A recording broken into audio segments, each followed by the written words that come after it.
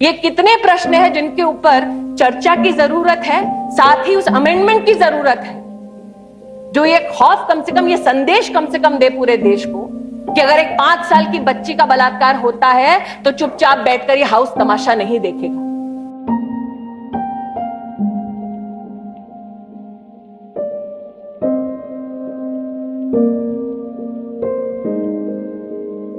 जी, जो अभी आपने वीडियोस देखी, ये तब की हैं जब निर्भया केस हुआ था और हमारा प्रेजेंट का जो गवर्नमेंट है, जो प्रेजेंट गवर्नमेंट है, वो ऑपोजिशन में थी।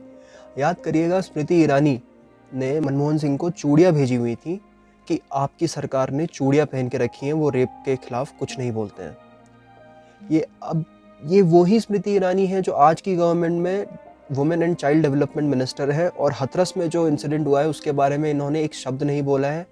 बीजेपी से टोटल 34 फीमेल एमपीज़ हैं जो कि इलेक्ट हुई हैं लोकसभा में, और इनमें से खाली उमा भारती ने हाल ही में योगी आदित्यनाथ की गवर्नमेंट को क्रिटिसाइज करा है, वो भी ये बोलते हुए कि अगर हमें राम राज्य बनाना है तो ऐसे काम नहीं चलेगा, आपको रेपिस्ट के खिलाफ एक्शन लेना पड़ेगा। 14 दिन हो जाते हैं, योगी आदित्यनाथ को टाइम नहीं मिलता है गुड़िया के परिवार से मिलने का या फिर गुड़िया से हॉस्पिटल में जाके मिलने का।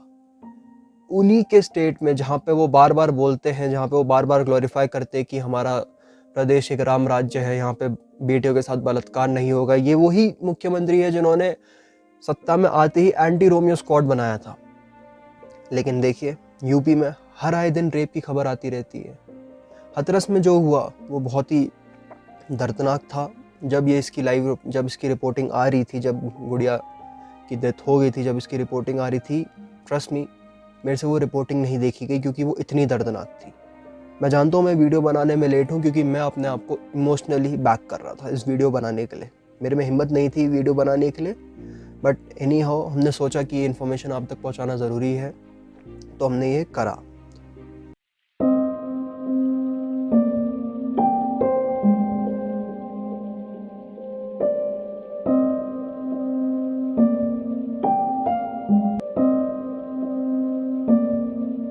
मेनका गांधी और स्मृति ईरानी को एक हथनी के मरने में ज़्यादा दुख होता है, बट जब यूपी में एक लड़की के साथ गैंग रेप हो जाता है, उसकी रीढ़ की हड्डी तोड़ दी जाती है, उसकी जीभ काट दी जाती है ताकि वो इंसिडेंट को बता ना सके, तब इनसे एक ट्वीट तक नहीं होता। ट्वीट छोड़िए, इनसे कुछ बोला तक नहीं जाता है। अब यहाँ पे हिपोक्रेसी देखिए क्लियरली। एक ने चूड़ियाँ भेजी थी मनमोहन सिंह जी को और आज वो कुछ बोलती तक नहीं है। आप खुद बताइए, 14 दिन में योगी आदित्यनाथ एक बार भी कुछ ट्वीट नहीं करते। जब लड़की मर जाती है तब योगी आदित्यनाथ को होश आता है कि मेरे स्टेट में कुछ ऐसी ग्रूसम एक्ट हुआ है, ऐसा हीनियस क्राइम हुआ है। उस गुड़िया का डाइंग डिक्लेरेशन है एंड वो पूरी वीडियो रिकॉर्डेड है। उस गुड़िया का डाइंग डिक्लेरेशन है जिसमें वो बोलती है कि मेरे साथ गैंग रेप हुआ था, बट यूपी के एडीजी लॉ एंड ऑर्डर कहते हैं कि गैंग रेप नहीं हुआ था, डीएम कहता है कि गैंग रेप नहीं हुआ था, चीफ मिनिस्टर कहता है गैंग रेप नहीं हुआ था। यहाँ तक कि यूपी ने एक प्राइवेट पीआर एजेंसी तक हायर कर ली ताकि वो ये नैरेटिव पुश कर सके कि इस लड़की के साथ गैंग रेप नहीं हुआ था। पीआर एजेंसी हायर करने की क्या जरूरत थी? क्या इनके पास खुद का कम्युनिकेशन डिपार्टमेंट नहीं है? क्या इनका कम्युनिकेशन डिपार्टमेंट मर चुका है जैसे ही इनका लॉ एंड ऑर्डर मर चुका है स्टेट पे?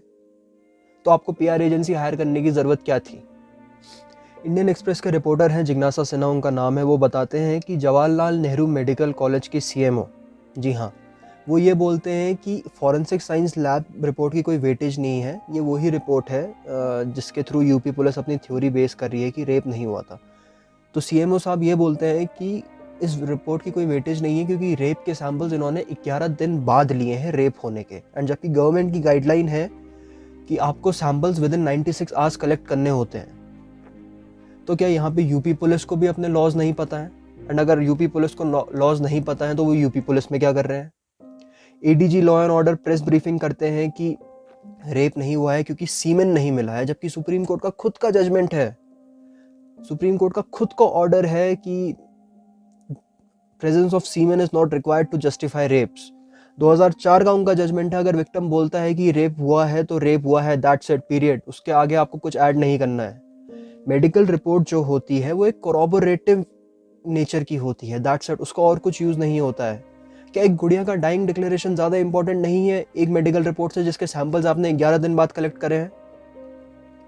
सवाल इस रेप को लेकर के बहुत है, सवाल कम नहीं है, सवाल पूछा जाना चाहिए कि नार्को टेस्ट क्यों हो रहा है। नार्को टेस्ट जब सुप्रीम कोर्ट ने खुद कहा है इलीगल है, तो नार्को टेस्ट, पहली बात तो नार्को टेस्ट अगर हो रहा है तो वो अक्यूज का होना चाहिए। लेकिन यहाँ पे योगी आदित्यनाथ कह रहे हैं कि नहीं, हम विक्टिम की फैमिली का नार्को टेस्ट करेंगे। अब बताइए, उन्होंने अपनी बेटी खोई है, वो बेटी जिसकी वो शक्ल तक नहीं देख पाया आखिरी में, अब उनको नार्को टेस्ट के थ्रू जाना पड़ेगा ये जस्टिफाई करने की हम झूठ नहीं बोल रहे हैं।